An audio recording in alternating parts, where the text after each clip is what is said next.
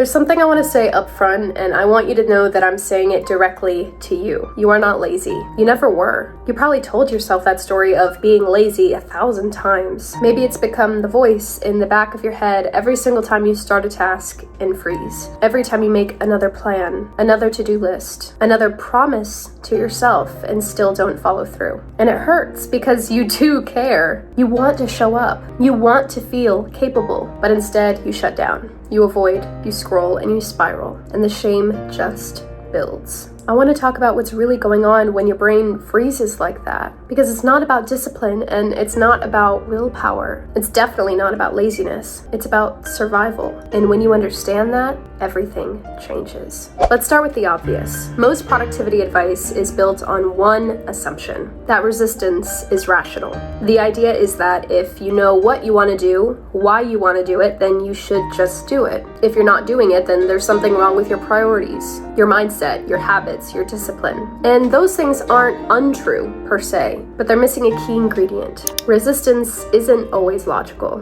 Typically, it's biological. If you ever tried to just push through and froze instead, then you're not broken. You're responding to a system that was never meant to work for someone whose nervous system is already overloaded. This is especially true for high-functioning, very self-aware people, because the more you understand what needs to get done and why you need to do it, the more pressure you feel to execute, and the faster your system short-circuits when you can't. So no, you're not lazy. You're stuck in a system where your nervous system interprets certain tasks, especially emotionally loaded ones, as threats. And it protects you in the only way it knows how, by shutting you down. So let's break this down neurologically and emotionally. When you face any kind of task, let's say writing an email, cleaning your kitchen, running an errand, even opening a bill, your brain is going to do a quick scan. Is this safe? Is this too much? Am I capable of doing this? Am I going to fail or be judged? Now, you might not consciously think those things. In fact, it might seem kind of silly to associate danger with trying to do the laundry, but your body has learned to associate certain experiences with danger, even if you don't realize it. And it comes from years of pressure and criticism, self-doubt, and unmet expectations. So what happens? Well, your sympathetic nervous system is gonna spike. Your prefrontal cortex, the more recent part of your brain that's responsible for planning and execution, those logical things, it goes offline. It stops being the priority. Your limbic system, which is the older part of your brain responsible for the emotional side of things, kicks into gear. And instead of mobilizing energy, you hit collapse mode, because it's a way to protect yourself. That's why it feels like your body's made of bricks. It's why you can't just get up and do it. And that's why the more pressure you apply, the worse it gets. It's not a mindset problem, it's a safety problem. Now, like I said, this pattern tends to show up in high-achieving people with complex emotional histories. People who were rewarded for performance growing up, but rarely rewarded for it emotionally, or supported emotionally. People who were told they were gifted and driven and mature for their age, but never were shown how to rest without guilt. So now every time you struggle to follow through, you don't just experience resistance, you experience shame. The paralyzing kind. It tells you that your stuckness is a character flaw, that it means something about your worth. And because you're self-aware, you can see the pattern happening in real time and you don't know what to do about it. You can't stop it, which compounds all the frustration. That's why intellectual insight isn't enough. You can understand your executive dysfunction and still be totally hijacked by it. The missing piece is emotional safety. Let's talk about some outcome patterns that trigger this very loop.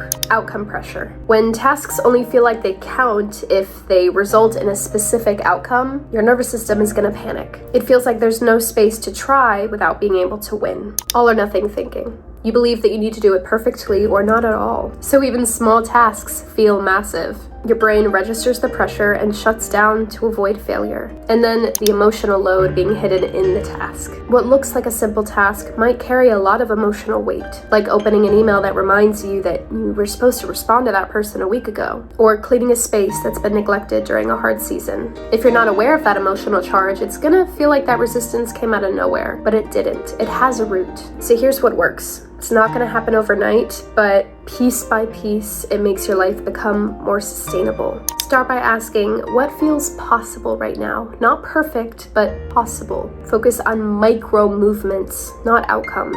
I'm talking about walking into the kitchen as the first step to cleaning the kitchen. That's all you need to focus on. And then soften your tone. Literally say out loud, I'm allowed to do this gently. I'm allowed to do this with a small start. It helps rewire that threat response and puts you back in the driver's seat. And then track your tasks not just by type, but by emotional charge. Learn which ones carry baggage so you can approach them with more compassion. And then if your morning routine starts in fight or flight, then no productivity hack is gonna fix that. Anchor your day with regulation rituals, even if it's just 5 minutes of stillness, breath, music, time outside. Executive dysfunction can improve, but not because you figured out how to fix yourself.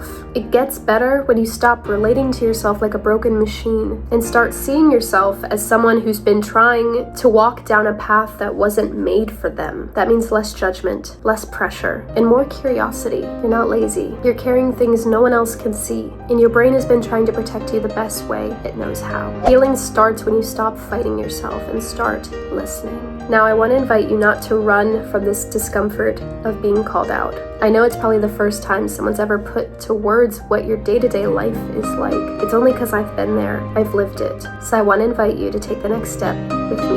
I offer free one-to-one discovery calls where we talk about what's been keeping you stuck and whether my program, the real work I do every single day, is the kind of support that you need so that you can finally move forward in a sustainable way and leave all of this behind. No pressure. No nonsense, just a space to be heard and to explore what's possible. You'll find the link in the description. And if nothing else, I hope today gave you a little bit more clarity and a lot more permission to stop calling yourself lazy. You're not, and your future doesn't have to look like your past, but you have to make the choice. And as always, stay in this corner of the internet as long as you need.